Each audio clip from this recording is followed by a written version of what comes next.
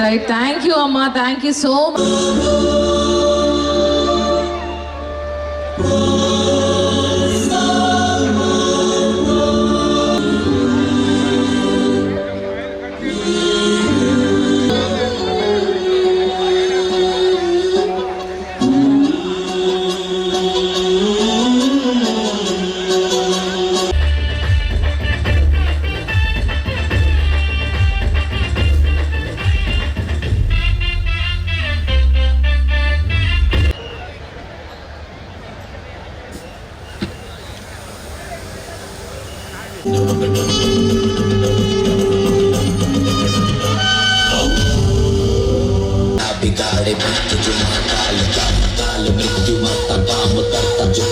రావడం చాలా చాలా హ్యాపీగా ఉంది.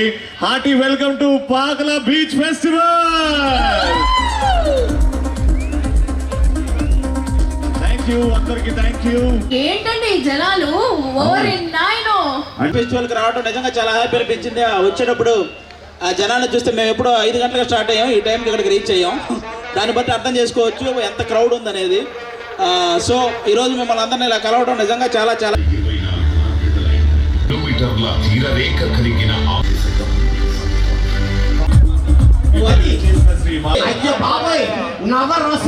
ఏంటి ర్యాంప్ వాక్ తెలుసు నాకు, ఇదేం వాకు అది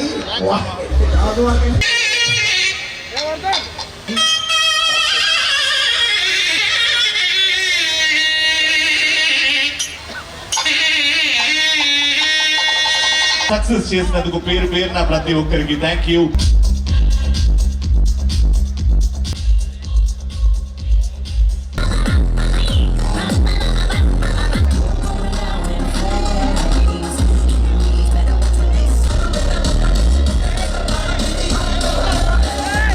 భవిష్యత్తులో ఇంకా ఇలాంటివి ఎన్నో చేయాలనేటువంటిది దృఢ సంకల్పం కూడా ఉండాలి.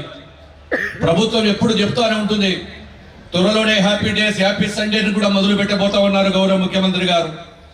ఏ సాయంకాలం అయినా కానీ కూడా ఎంతో ఒత్తిడితో ఉంటాము.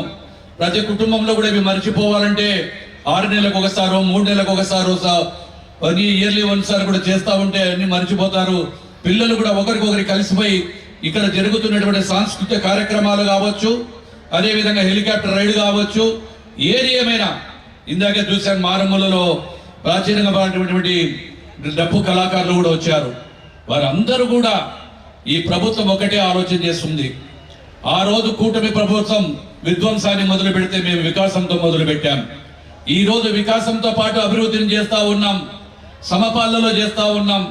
ఏది ఏమైనా ప్రజలు సుఖ సంతోషాలు ఉండాలి, వారికి సేవ చేసే భాగ్యం అని చెప్పి ఈ రోజు ఇంత అత్యధిక కూటమి ప్రభుత్వానికి 164 సీట్లు ఇచ్చి మీరు ఇచ్చారంటే మేమందరం కూడా మీ సేవకులం అని చెప్పి తెలియజేస్తూ ఈ యొక్క కార్యక్రమాలు ఇంకా నిర్వహించాలని చెప్పి కూడా భవిష్యత్తులో కోరుకుంటూ, చాలా అద్భుతమైనటువంటి కార్యక్రమం ఇది. చేయాలంటే అది ఒక్క కూటమి ప్రభుత్వంకే సాధ్యమవుద్దనే విషయాన్ని సందర్భంగా తెలియజేస్తాను. ఈనాడు ఈరోజు మనం చూసుకుంటే ఆనాడు చంద్రబాబు నాయుడు గారు ముఖ్యమంత్రిగా ఉన్నప్పుడు అనేక కార్యక్రమాలు చేశాం, అనేక పుష్కరాలు కానీ ఇలాంటి అనేక కార్యక్రమాలు చేశాం. అలాగే కూటమి ప్రభుత్వం వచ్చిన తర్వాత మేము కూడా మచిలీపట్నంలో మొన్న జూన్ మాసంలో చేసాం బీచ్ ఫెస్టివల్. తొలిగా అక్కడే స్టార్ట్ చేసాం. చాలా అద్భుతంగా ఏర్పాట్లు చేయడం జరిగింది. తర్వాత విజయవాడ ఉత్సవం జరిగింది, అదేవిధంగా విశాఖ ఉత్సవం, మొన్న విశాఖ అనకాపల్లి ఉత్సవాలు జరిగినాయి. ఇవన్నీ కూడా చేయడానికి గల కారణం ప్రజల్లో ఒక నూతన ఉత్తేజాన్ని తీసుకురావడానికి. ఇవాళ టూరిజంకి చాలా అద్భుతమైనటువంటి అవకాశాలు ఉన్నాయి. ఇవాళ సింగపూర్ లాంటి ఒక ఐలాండ్ అది, ఇవాళ సింగపూర్ అంత అద్భుతంగా అభివృద్ధి చెందిందంటే దానికి కారణం అక్కడ తీసుకున్నటువంటి టూరిజంలో తీసుకున్నటువంటి నిర్ణయాలు. సుమారుగా 60,000 పైచీలకు ప్రజలు ఈ ప్రాంతంలోని సందర్శించి ఆహ్లాదించి ఆనందాన్ని పొందడం జరిగింది. పోలీస్ శాఖ సమర్థవంతంగా వన్ వే పెట్టడం, దీనివల్ల చాలా వరకు కూడాను ఎలాంటి ఇబ్బందులు లేకుండా ట్రాన్స్పోర్ట్ని సమన్వయంగా తీసుకురావడం జరిగింది. అయినా చిన్న చిన్న సమస్యలు ఉన్నాయి, వాటన్నిటిని అధిగమించి భవిష్యత్తులో జరిగేటప్పుడు మెరుగుగా చేసేందుకు జిల్లా యంత్రాంగం మొత్తం కూడా చర్యలు తీసుకుంటుందని తెలియజేసుకుంటూ ఈ కార్యక్రమానికి మొత్తం తానే నిర్వహించినటువంటి సత్య గారికి, అదేవిధంగా కలెక్టర్ గారికి, ఎస్పీ గారికి నేను ప్రత్యేకంగా ధన్యవాదాలు తెలియజేసుకుంటూ